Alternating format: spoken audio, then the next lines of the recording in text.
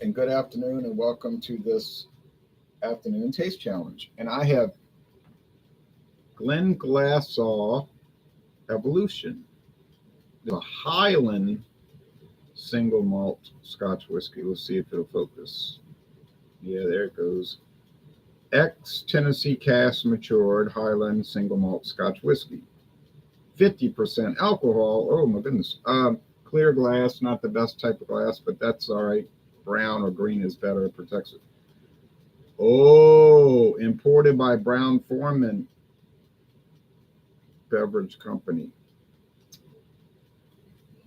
You get why they're aging it in Tennessee whiskey barrels, because what famous Tennessee whiskey does Brown-Forman make? I think you may know that.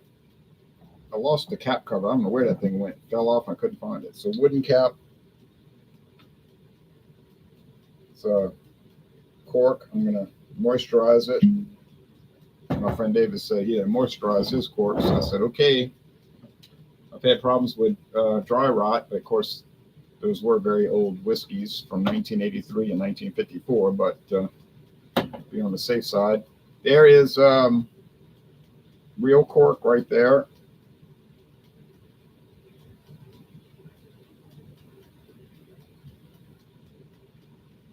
I'll show that in a minute. Okay, 50% alcohol, 100 proof, as we say in the United States, 100 proof, 50% alcohol. It's a Highland Scotch from the Highlands, meaning those mountains, they're like low mountains, kind of a hilly area, what you call that. Not like, the Rocky Mountains, but definitely hillier than Louisiana, which wouldn't take much. Although we do have some hills in North Louisiana, 500 feet above sea level. Okay, the Benriach Curiositas. The Benriach Curiositas. Peated. Now, this is peated Speyside, an unusual product, because Speyside single malt whiskey is usually very bready, doughy, and not peated, not with that smoky peat. But this one is. It's an unusual one. Foil cap cover. It might not have been a popular item, though, because it's been discontinued. And apparently they changed it over the years. I was watching some videos and they were saying it was 46%. Then they dropped it to 40, and maybe people complained and they went back to 46. And then around that time, it was bought out by Brown-Forman. They bought the distillery, and then they stopped making it. Okay. For whatever reason. So you see the real cork here.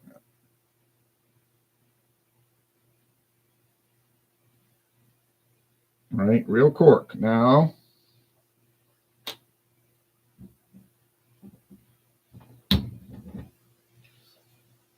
I bought these both at the same store, but not at the same time, but I bought the store years apart. And I got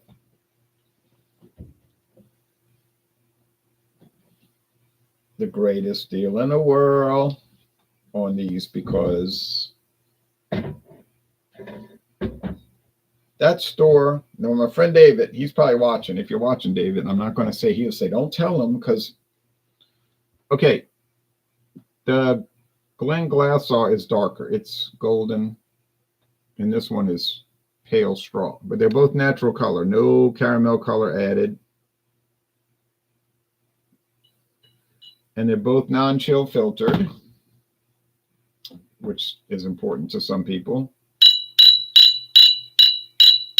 I'm not one of those people, but I'm not opposed to either way. Either way you want to do it, chill filter it, don't chill filter it. I don't care.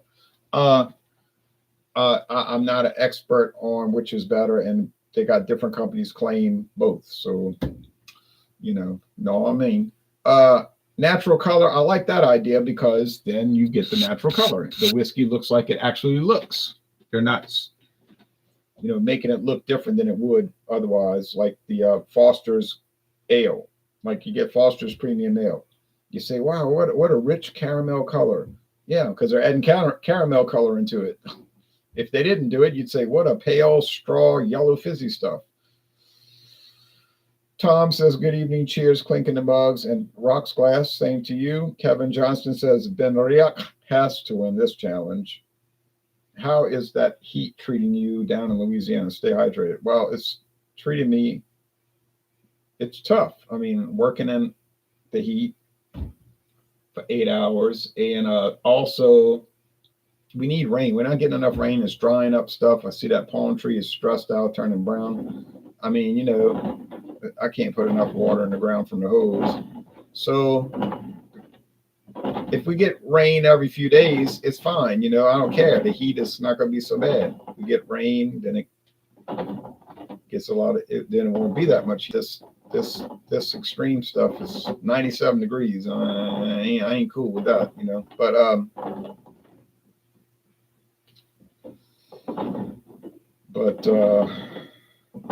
that's just the situation. Okay, now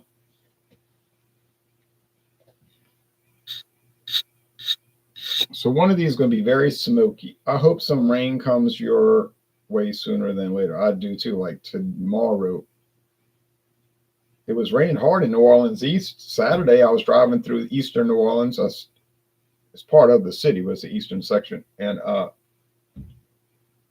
it was heavy rain. It looked like it was going to start flooding. I said, boy, I wish it come to my town, but it didn't.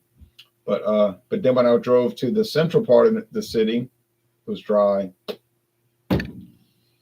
Parked to go to Mass at St. Teresa of Avila, which closed down last month. In fact, yesterday, actually the last Mass was Saturday. It really closed down Saturday. But it was dry. Drink some Isla single malt, says La Rosa. I will when I get to it. Okay, so now we'll go to the aroma.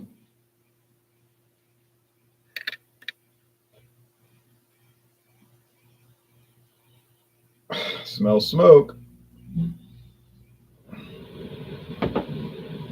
Just what I wanted, spilling it. I smell sweet vegetable, like a sweet compost. All right, taste.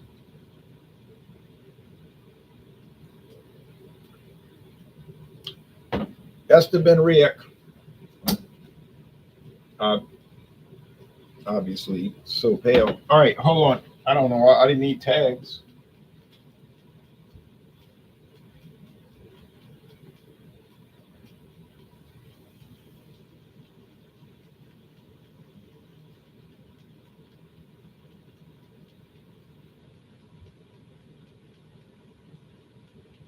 Clearly, I did not need tags because one is darker than the other. So all I gotta do is look at the paleness.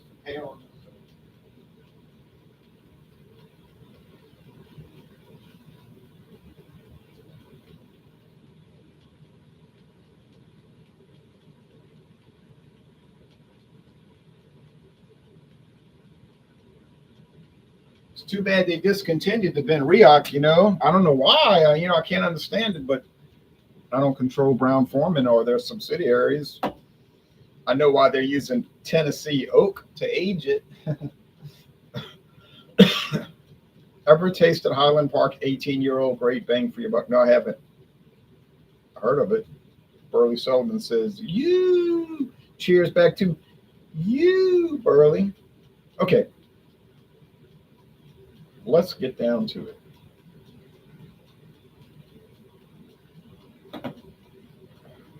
.46 proof.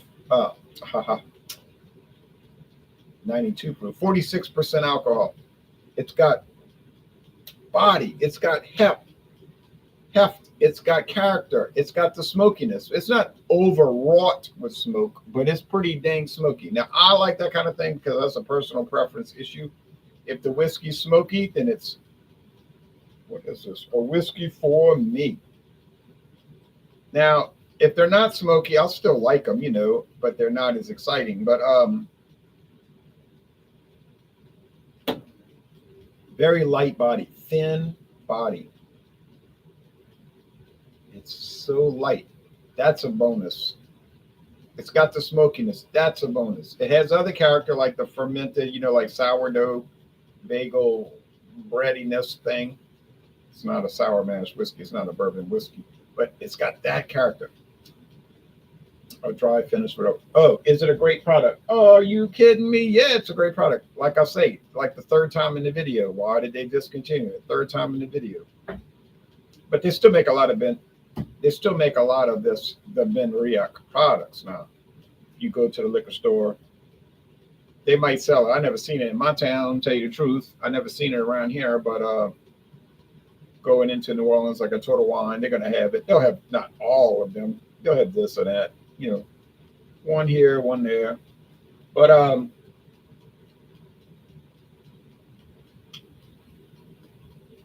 I was looking online for the prices, like $70. Well, like 56 to 70. You might find it for 56, but maybe you have to go up to 70, but maybe you get it for around 60, 65. It varies. I mean, it really was varying, But I got it for $9.99. $9. Yeah, I'm not joking. $9.99, full size bottle. Sounds crazy, right? Like madness. But it's really the truth. It's the truth. $9.99. Was that the greatest liquor deal I ever got in my life? Probably. I've got some great deals now. Let's not even kid. I got some great deals in my life, but this could be the pinnacle. The pinnacle. $9.99. Now, you say you're lying. You're lying. I'm not lying. I got the receipt somewhere down in that paper trash. But it's an amazing product for $60. So imagine for $9.99. Oh yeah. I picked up a wonderful spice vanilla on the Benriach. Do you detect any of that? Spice vanilla? Are you drinking the Curiositas? Now remember, are you drinking the Curiositas 10-year? Because they might all be different. I don't really know about the vanilla, spice vanilla, but what I just described, that's what I picked up. The prices you get are just insane, says Kevin Johnston. I mentioned some of the deals you get to my local liquor store owner, and he calls you a liar. Well, he can call me a liar, but I'm not lying. The 10-year, the Curiositas. When I do the upcoming taste challenge, think about that spice vanilla. I'm gonna keep that in mind. Yes, I have no reason to lie, and even if I had, there is no reason to lie. You should never lie. You want to tell the truth.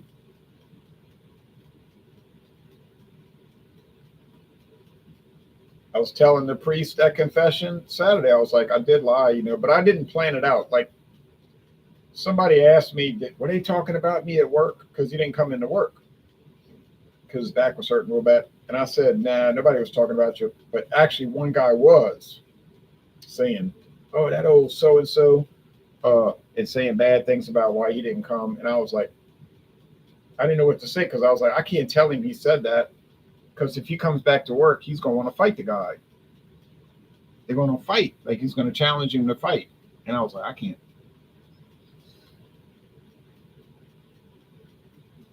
Because me, I would just laugh it off like it's trivial. It's like, I don't care what this guy says about me. Nobody,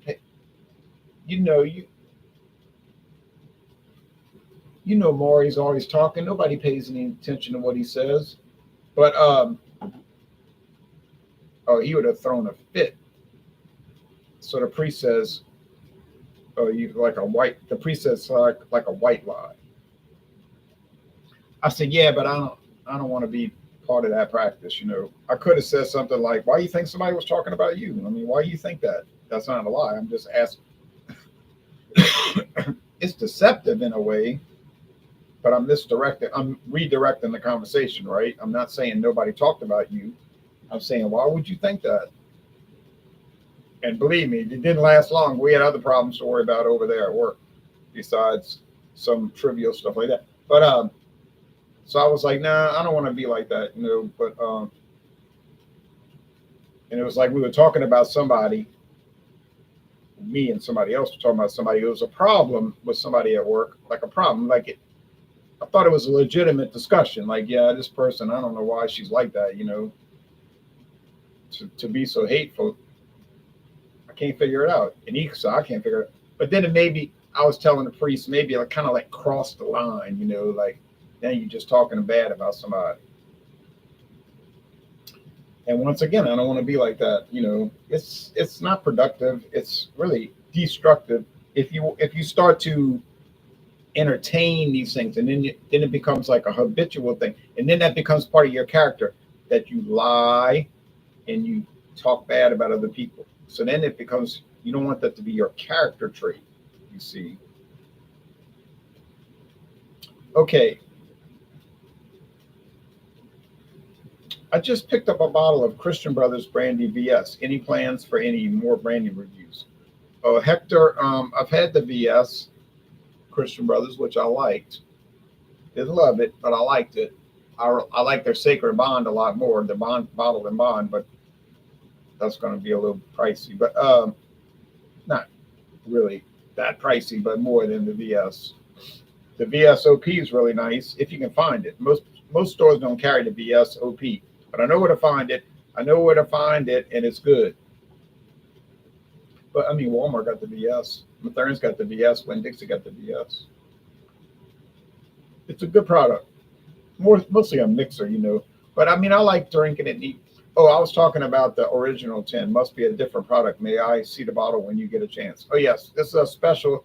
See, that's what I'm saying. It's like a special edition. So it might have been intended to be canceled all along. Like it never intended to do this for too long.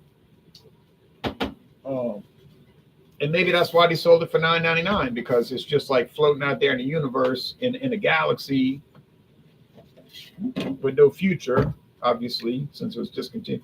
But this is the Curiositas edition, you see. Peated malt. So it's a Speyside that's heavily peated with smoke. So that's why they call it that, because you're curious, you know. Are you curious? I'm curious. I'm very curious. Are you curious? So it's that kind of thing. And but then it went away. It just got blown away. But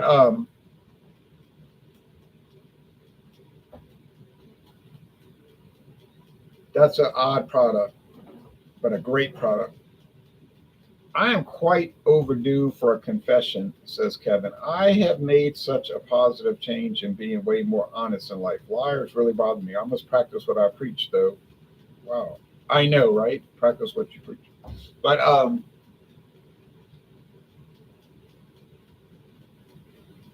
it had been a month since I went to confession, since I had gone, sorry.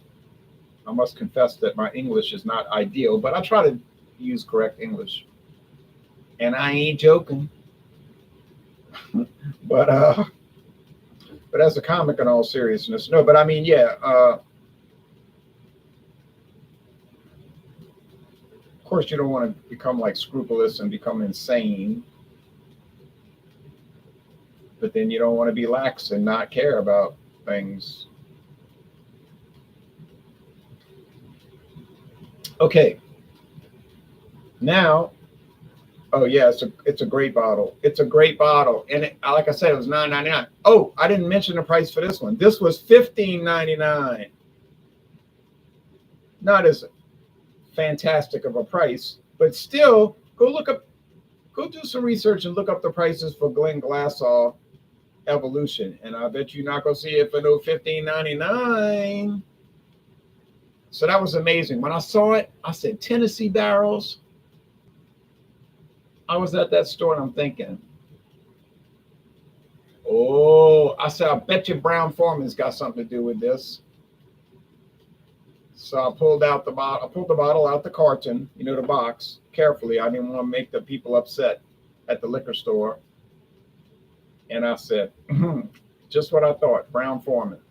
I said, I know whose barrels they're using. Not that it matters, but I said, I know, I see what's happening over here. So, do I have a problem with somebody taking Jack Daniel's barrels and aging scotch in it? No, I don't know why I would have a problem with that. I don't know why anybody would have a problem with that. Okay, well, I'm going to describe this one, then I'm out of here. You are very well articulated. Oh, really? Does it bother or annoy you when engaging with someone who butchers the English language? Yes, it does bother and annoy me, and then I always correct them and they get upset. But I try to say it in a nice way, like I tell them, well, it's not, you don't say I have went there, you say I have gone there, I have gone to that place. Or I had gone there once. I had gone there once and it was an interesting experience. Not I have went there.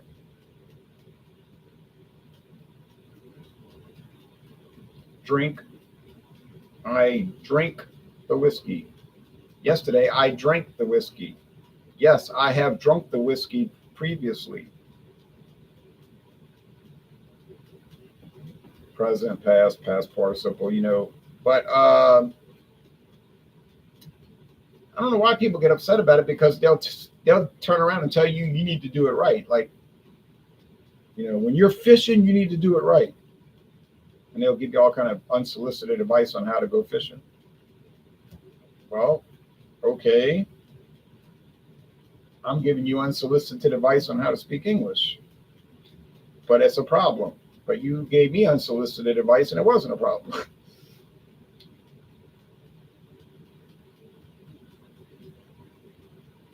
I got a decanter 56. Oh, I don't know about those special decanters. I can't comment on that. They may be worth something, but I don't know. People claim all kind of stuff's worth stuff. Usually it's people selling it. Usually, you ever notice it's the people selling it that'll claim how much it's worth. They're telling me, oh, comic books. These comic books are worth so much. I'm like, oh, yeah. How would a flimsy magazine be worth money? And they're like, I looked in the buyer's guide. I said, who makes the buyer's guide? Oh, right. People that sell stuff.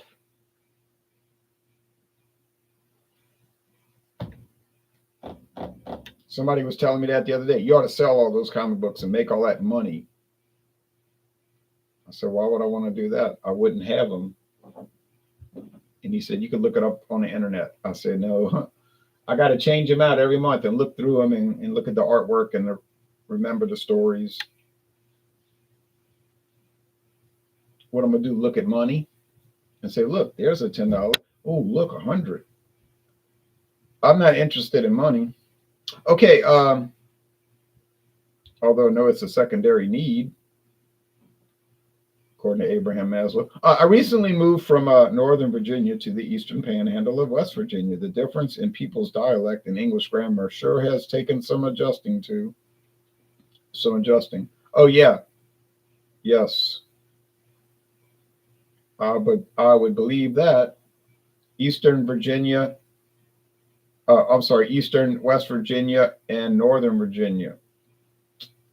Well, in Louisiana, it'd be very different dialects just up and down the river here. All kind of accents. I could tell the people from Gramercy, Paulina, or Lutcher. I could tell the way they speak. Sounds nothing like here. It sounds like a foreign country. I look forward to your next rum challenge. Those are my favorite series that you do. Yes, I'm looking forward to it. It's coming up. Like a flower.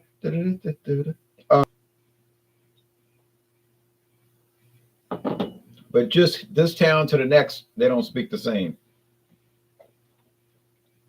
Over there, they say, I came by your house. No one ever said that. When I was growing up here, no one ever said, I came by your house. Because in my thinking, when you came by my house, that meant you drove past it. Like you passed by the house, which I can understand that happening. But over there in that town, they meant they came to your house to visit. You weren't there or something. I came by your house. You weren't home. But I would never use that kind of language. I would never speak like that. I would always say, I went to your house, I knocked on the door, and you weren't there. But that when I started hearing those people speak like that, I said, I couldn't understand. Like they would say, I passed by your house. I passed by your house. Strange to me. Now here we talking about 3 miles difference. And some of the old people in New Orleans said they went make groceries. They went make groceries. I never used that kind of terminology in my life. We said we went grocery shopping. We didn't go make groceries. That to me, that's like you created the groceries. But they would say they went make groceries. All right. I came by your house. To me, that would mean maybe you came near it. Right. No, they don't say I came by your house. They say I passed by your house. I passed by your house.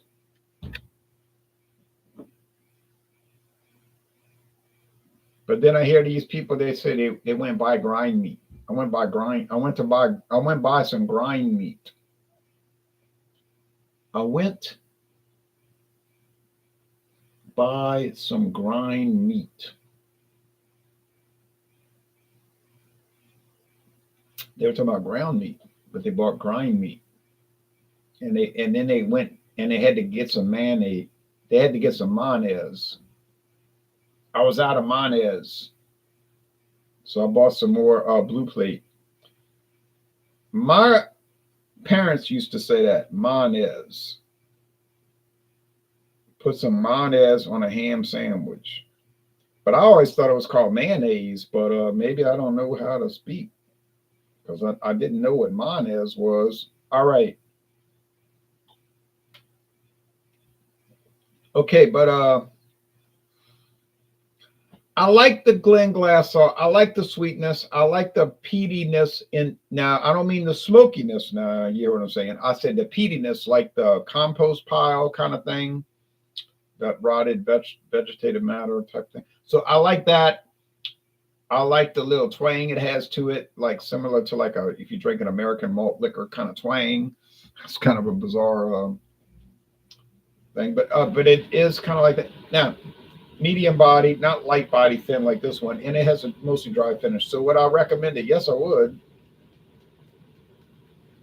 But which one do I prefer? In my booklet, I'm going with the Benriach 10 because I'm all about that smoke, as we say on the streets. Now, I love the smokiness. I mean, that's just my personal thing, you know.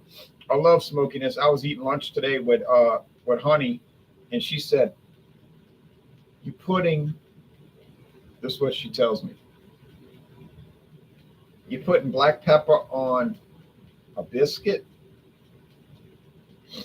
I said, "I'm a black pepper-aholic." But she told me I made dirty rice. You know what she said? She said, I have lunch today. I made dirty rice and those biscuits, cheese biscuits. I said, oh, woof. I said, what you made with the dirty, how you made the dirty rice? You used chicken liver or something like that? She said, no, I used ground meat. I said, beef. I said, ooh. And of course, bell peppers and onions and garlic, minced garlic. I said, oh boy. And boy, what a lunch that was. You did a good job, honey. But I know you don't watch these videos. But woo, what a lunch. And then she got some dessert. And then she asked me, did you have enough? I said, I had enough to eat. But it was wonderful. Oh, and is the whiskey a good nightcap for that? Oh, yeah.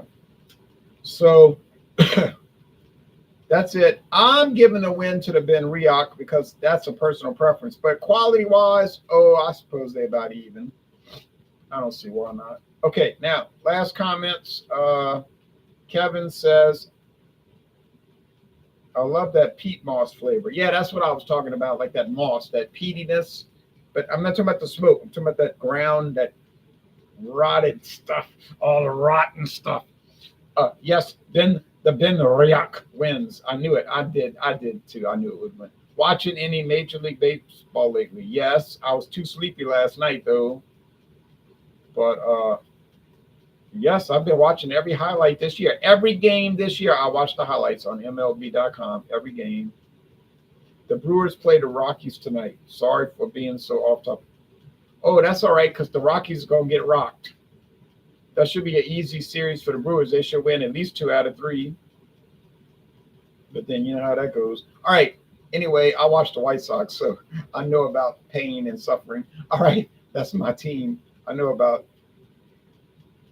I don't want to talk about the White Sox. Oh, man, they are a mess. All right. Well, y'all take care. Bye-bye. See you tomorrow morning, folks.